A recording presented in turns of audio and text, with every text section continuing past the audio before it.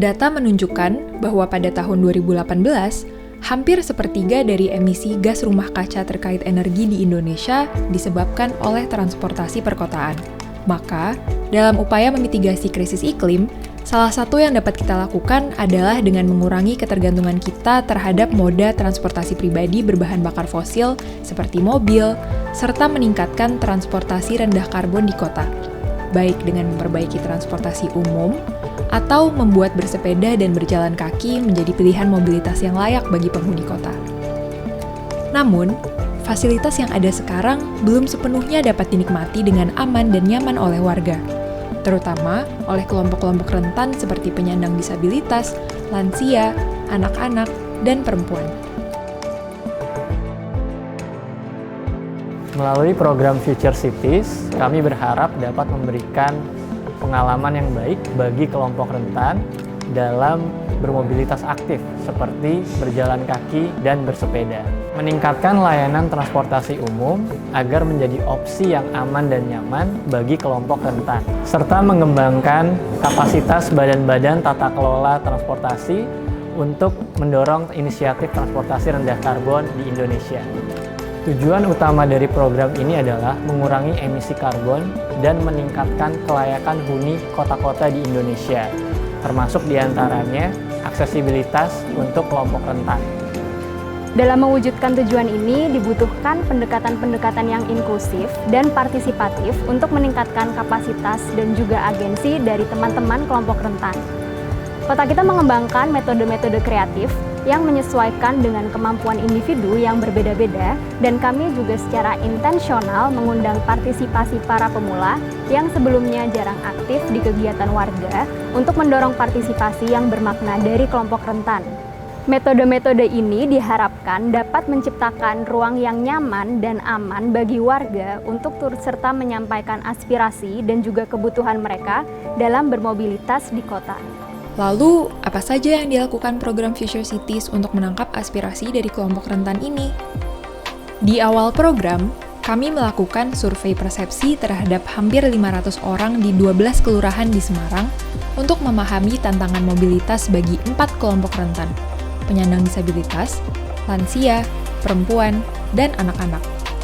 Selain menanyakan pendapat warga, kami juga melakukan survei ke pengemudi, petugas, dan penumpang bus Trans Semarang dan Trans Jateng untuk mendapatkan persepsi layanan yang disediakan untuk kelompok rentan.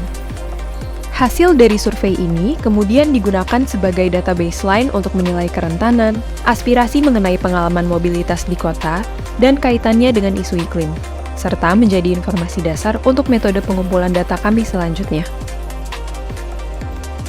Kemudian, kami memilih beberapa perwakilan kelompok secara representatif untuk mengulik lebih jauh mengenai pengalaman warga rentan dalam bepergian di kota.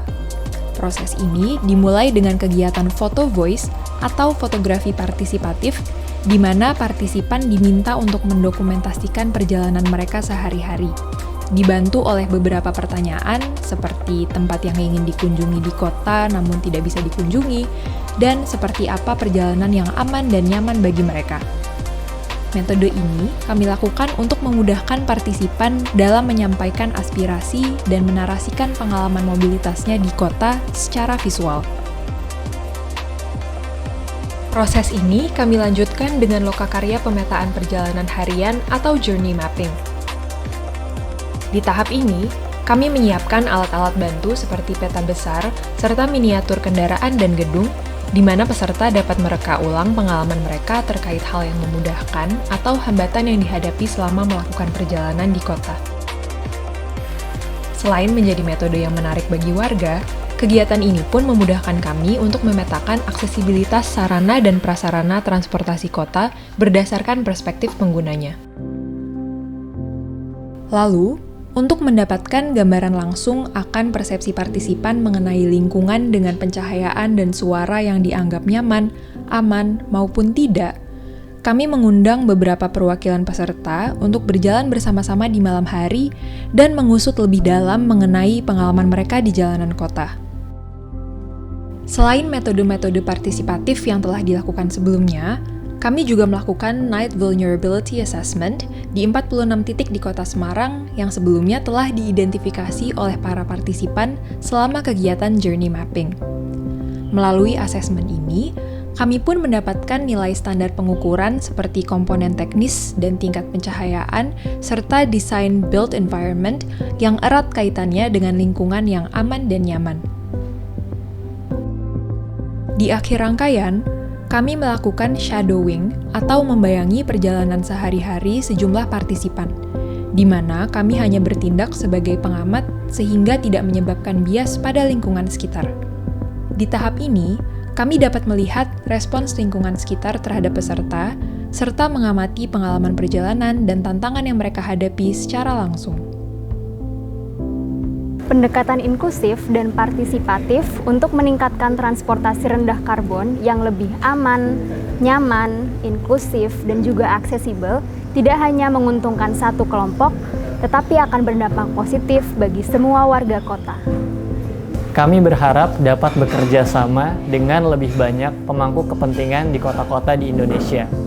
Bersama-sama, kita dapat membangun kota yang lebih berkelanjutan dan inklusif untuk semua.